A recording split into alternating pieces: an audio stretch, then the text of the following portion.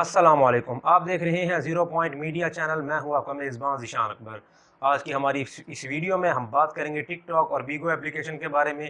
P T A نے عوام کی شکایات پر ایکشن لیتے ہوئے ویڈیو شیئرنگ موبائل اپلیکیشن ٹک ٹاک کو وارننگ جاری کرتے ہوئے اور بیگو اپلیکیشن کو بلاک کر دیا ہے۔ تفصیلات کے مطابق پاکستان میں ویڈیو شیئرنگ موبائل اپلیکیشن ٹک ٹاک کے خلاف شہریوں کی جانب سے بے تحاشا شکایتیں درج کرائی گئی تھیں، جس پر پی ٹی اے نے ایکشن لیتے ہوئے ٹک ٹاک کو وارننگ جاری کر دی۔ پی ٹی اے نے حکام نے ٹک ٹاک کو وارننگ اور بیگو اپلیکیشن کو بلاک کرنے کا باضابطہ اعلامیہ جاری کر دیا۔ پی ٹی اے کا کہنا ہے کہ ٹک ٹاک اور بیگو نازیبا اور غیر اخلاقی مواد سے معاشرے اور نوجوانوں پر منفی اثرات پڑ رہے تھے۔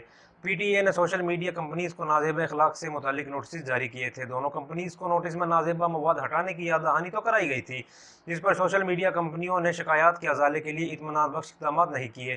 پی ٹی اے کا کہنا ہے کہ ٹک ٹاک بیگو نے غیر اخلاقی نازیبا مواد نہیں ہٹائے، جس کے بعد ملکی قوانین کے تحت بیگو ایپ بلاک کر دی گئی ہے، جبکہ غیر اخلاقی نازیبا مواد پر ٹک ٹاک کو حتمی وارننگ جاری بھی کر دی گئی ہے۔ ٹک ٹاک اور بیگو ایپ سے متعلق ایک سرکاری عہدیدار نے بتایا کہ ٹک ٹاک نوجوان لڑکیوں کم عمر بچوں کو پروموٹ کر رہا تھا۔ ٹک ٹاک پر نوجوان بچوں کو بے تحاشا وائرل کیا جا رہا تھا۔ سرکاری عہدیدار کا کہنا تھا کہ بچے ٹک ٹاک پر ویڈیوز وائرل کے اثرات سے نمٹنے سے قاصر تھے اور بچیوں کی ویڈیوز پر 40 سال سے زائد عمر کے مردوں کے کمنٹس نمایاں تھے۔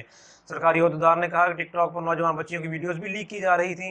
حکومت اور معاشرے کے ہر شہری کی تحفظ کی ذمہ داری ہے۔ انہوں نے عوام سے اپیل کی کہ شہری سوشل روابط کے لیے یوٹیوب، فیس بک، انسٹاگرام جیسی اپلیکیشن استعمال کریں۔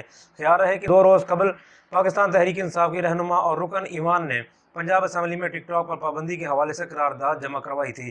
قرارداد جمع کروانے کے متن میں یہ لکھا گیا تھا کہ پاکستان میں ٹک ٹاک ویڈیوز کے ذریعے مذہب کا مذاق اڑایا جا رہا ہے۔